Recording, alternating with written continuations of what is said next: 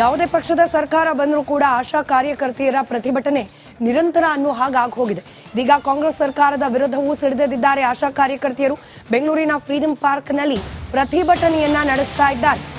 ಅನಿರ್ದಿಷ್ಟಾವಧಿ ಪ್ರತಿಭಟನೆಗೆ ಕರೆ ಕೊಡಲಾಗಿದೆ. 10 ಬೇಡಿಕೆಗಳನ್ನ ಸರ್ಕಾರದ ಮುಂದಿಟ್ಟಿದ್ದಾರೆ ಆಶಾ ಸಿಬ್ಬಂದಿ.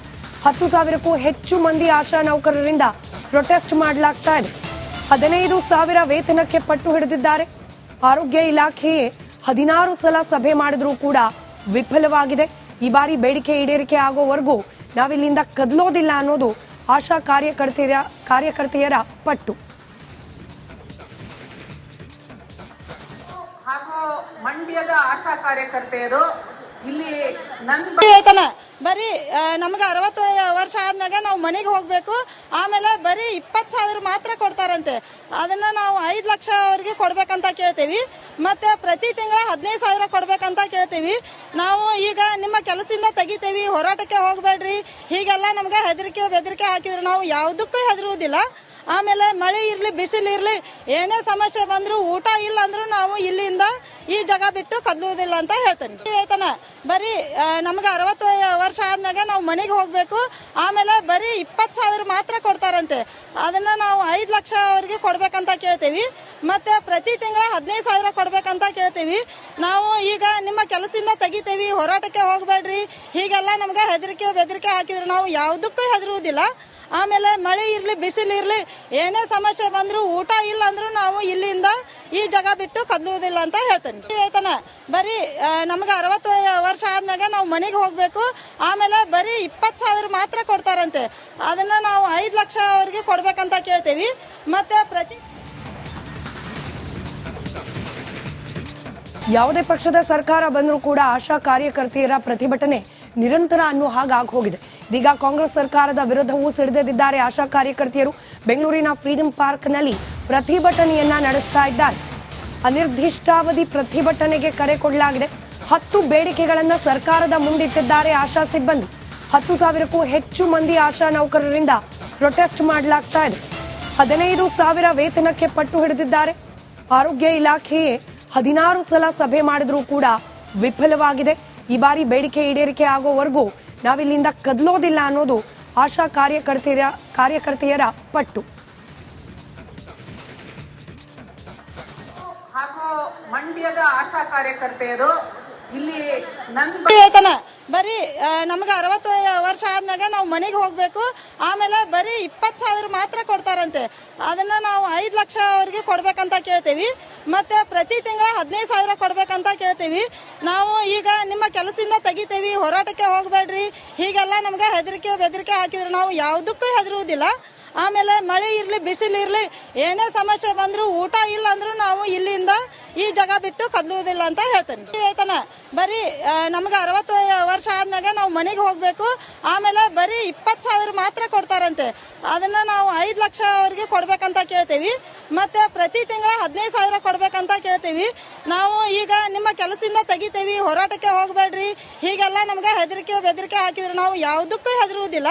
ಆಮೇಲೆ ಮಳೆ ಇರ್ಲಿ ಬಿಸಿಲು ಇರ್ಲಿ ಏನೇ ಸಮಸ್ಯೆ ಬಂದ್ರು ಊಟ ಇಲ್ಲ ಅಂದ್ರೂ ನಾವು ಇಲ್ಲಿಂದ ಈ ಜಾಗ ಬಿಟ್ಟು ಕದಲುವುದಿಲ್ಲ ಅಂತ ಹೇಳ್ತೇನೆ. ವೇತನ ಬರೀ ನಮ್ಗೆ 60 ವರ್ಷ ಆದ್ಮೇಲೆ ನಾವು ಮನೆಗೆ ಹೋಗ್ಬೇಕು. ಆಮೇಲೆ ಬರೀ 20,000 ಮಾತ್ರ ಕೊಡ್ತಾರಂತೆ. ಅದನ್ನ ನಾವು 5 ಲಕ್ಷವರೆಗೆ ಕೊಡ್ಬೇಕಂತ ಕೇಳ್ತೀವಿ. ಮತ್ತೆ ಪ್ರತಿ ಯಾವುದೇ ಪಕ್ಷದ ಸರ್ಕಾರ ಬಂದರೂ ಕೂಡ ಆಶಾ ಕಾರ್ಯಕರ್ತೆಯರ ಪ್ರತಿಭಟನೆ ನಿರಂತರ ಅನ್ನೋ ಹಾಗಾಗಿ ಹೋಗಿದೆ. ಇದೀಗ ಕಾಂಗ್ರೆಸ್ ಸರ್ಕಾರದ ವಿರುದ್ಧವೂ ಸಿಡಿದೆದ್ದಿದ್ದಾರೆ ಆಶಾ ಕಾರ್ಯಕರ್ತೆಯರು. ಬೆಂಗಳೂರಿನ ಫ್ರೀಡಂ ಪಾರ್ಕ್ನಲ್ಲಿ ಪ್ರತಿಭಟನೆಯನ್ನ ನಡೆಸ್ತಾ ಇದ್ದಾರೆ. ಅನಿರ್ದಿಷ್ಟಾವಧಿ ಪ್ರತಿಭಟನೆಗೆ ಕರೆ ಕೊಡಲಾಗಿದೆ. 10 ಬೇಡಿಕೆಗಳನ್ನ ಸರ್ಕಾರದ ಮುಂದಿಟ್ಟಿದ್ದಾರೆ ಆಶಾ ಸಿಬ್ಬಂದಿ. 10,000ಕ್ಕೂ ಹೆಚ್ಚು ಮಂದಿ ಆಶಾ ನೌಕರರಿಂದ ಪ್ರೊಟೆಸ್ಟ್ ಮಾಡಲಾಗ್ತಾ ಇದೆ. 15,000 ವೇತನಕ್ಕೆ ಪಟ್ಟು ಹಿಡಿದಿದ್ದಾರೆ. ಆರೋಗ್ಯ ಇಲಾಖೆಯೇ 16 ಸಲ ಸಭೆ ಮಾಡಿದ್ರೂ ಕೂಡ ವಿಫಲವಾಗಿದೆ. ಈ ಬಾರಿ ಬೇಡಿಕೆ ಈಡೇರಿಕೆ ಆಗೋವರೆಗೂ ನಾವಿಲ್ಲಿಂದ ಕದಲೋದಿಲ್ಲ ಅನ್ನೋದು ಆಶಾ ಕಾರ್ಯಕರ್ತೆಯರ ಪಟ್ಟು. ಹಾಗೂ ಮಂಡ್ಯದ ಆಶಾ ಕಾರ್ಯಕರ್ತೆಯರು ಇಲ್ಲಿ ವೇತನ ಬರೀ ನಮ್ಗೆ 60 ವರ್ಷ ಆದ್ಮೇಲೆ ನಾವು ಮನೆಗೆ ಹೋಗ್ಬೇಕು. ಆಮೇಲೆ ಬರೀ 20,000 ಮಾತ್ರ ಕೊಡ್ತಾರಂತೆ. ಅದನ್ನ ನಾವು 5 ಲಕ್ಷವರೆಗೆ ಕೊಡ್ಬೇಕಂತ ಕೇಳ್ತೀವಿ. ಮತ್ತೆ ಪ್ರತಿ ತಿಂಗಳ 15,000 ಕೊಡ್ಬೇಕಂತ ಕೇಳ್ತೀವಿ. ನಾವು ಈಗ ನಿಮ್ಮ ಕೆಲಸದಿಂದ ತೆಗಿತೇವಿ, ಹೋರಾಟಕ್ಕೆ ಹೋಗಬೇಡ್ರಿ, ಹೀಗೆಲ್ಲ ನಮ್ಗೆ ಹೆದರಿಕೆ ಬೆದರಿಕೆ ಹಾಕಿದ್ರೆ ನಾವು ಯಾವುದಕ್ಕೂ ಹೆದರುವುದಿಲ್ಲ. ಆಮೇಲೆ ಮಳೆ ಇರಲಿ ಬಿಸಿಲು ಇರಲಿ ಏನೇ ಸಮಸ್ಯೆ ಬಂದರೂ ಊಟ ಇಲ್ಲ ಅಂದ್ರೂ ನಾವು ಇಲ್ಲಿಂದ ಈ ಜಾಗ ಬಿಟ್ಟು ಕದಲುವುದಿಲ್ಲ ಅಂತ ಹೇಳ್ತೇನೆ. ವೇತನ ಬರೀ ನಮ್ಗೆ 60 ವರ್ಷ ಆದ್ಮ್ಯಾಗ ನಾವು ಮನೆಗೆ ಹೋಗಬೇಕು. ಆಮೇಲೆ ಬರೀ 20,000 ಮಾತ್ರ ಕೊಡ್ತಾರಂತೆ. ಅದನ್ನ ನಾವು 5 ಲಕ್ಷ ಅವರಿಗೆ ಕೊಡ್ಬೇಕಂತ ಕೇಳ್ತೇವಿ. ಮತ್ತೆ ಪ್ರತಿ ತಿಂಗಳ 15,000 ಕೊಡ್ಬೇಕಂತ ಕೇಳ್ತೇವಿ.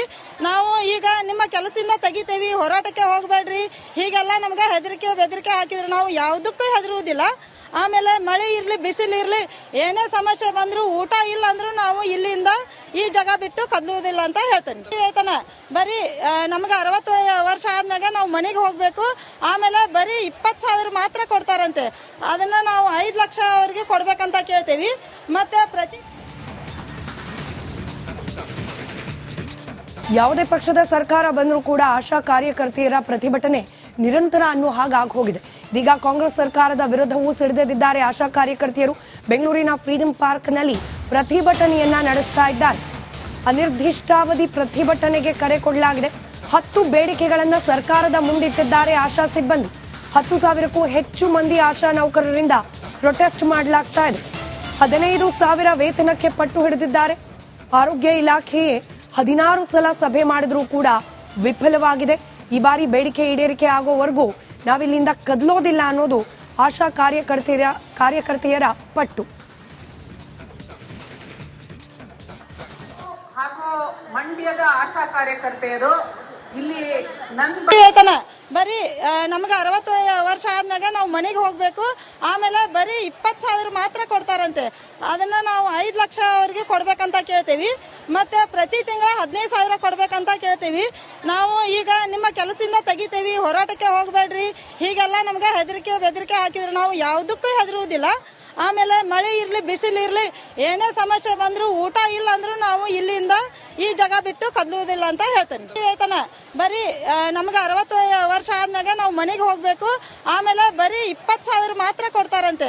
ಅದನ್ನ ನಾವು 5 ಲಕ್ಷ ಅವರಿಗೆ ಕೊಡ್ಬೇಕಂತ ಕೇಳ್ತೇವಿ. ಮತ್ತೆ ಪ್ರತಿ ತಿಂಗಳ 15,000 ಕೊಡ್ಬೇಕಂತ ಕೇಳ್ತೇವಿ. ನಾವು ಈಗ ನಿಮ್ಮ ಕೆಲಸದಿಂದ ತೆಗಿತೇವಿ, ಹೋರಾಟಕ್ಕೆ ಹೋಗಬೇಡ್ರಿ, ಹೀಗೆಲ್ಲ ನಮ್ಗೆ ಹೆದರಿಕೆ ಬೆದರಿಕೆ ಹಾಕಿದ್ರೆ ನಾವು ಯಾವುದಕ್ಕೂ ಹೆದರುವುದಿಲ್ಲ. ಆಮೇಲೆ ಮಳೆ ಇರಲಿ ಬಿಸಿಲು ಇರಲಿ ಏನೇ ಸಮಸ್ಯೆ ಬಂದರೂ ಊಟ ಇಲ್ಲ ಅಂದ್ರೂ ನಾವು ಇಲ್ಲಿಂದ ಈ ಜಾಗ ಬಿಟ್ಟು ಕದಲುವುದಿಲ್ಲ ಅಂತ ಹೇಳ್ತೇನೆ. ವೇತನ ಬರೀ ನಮ್ಗೆ 60 ವರ್ಷ ಆದ್ಮ್ಯಾಗ ನಾವು ಮನೆಗೆ ಹೋಗಬೇಕು. ಆಮೇಲೆ ಬರೀ 20,000 ಮಾತ್ರ ಕೊಡ್ತಾರಂತೆ. ಅದನ್ನ ನಾವು 5 ಲಕ್ಷ ಅವರಿಗೆ ಕೊಡ್ಬೇಕಂತ ಕೇಳ್ತೇವಿ. ಮತ್ತೆ ಪ್ರತಿ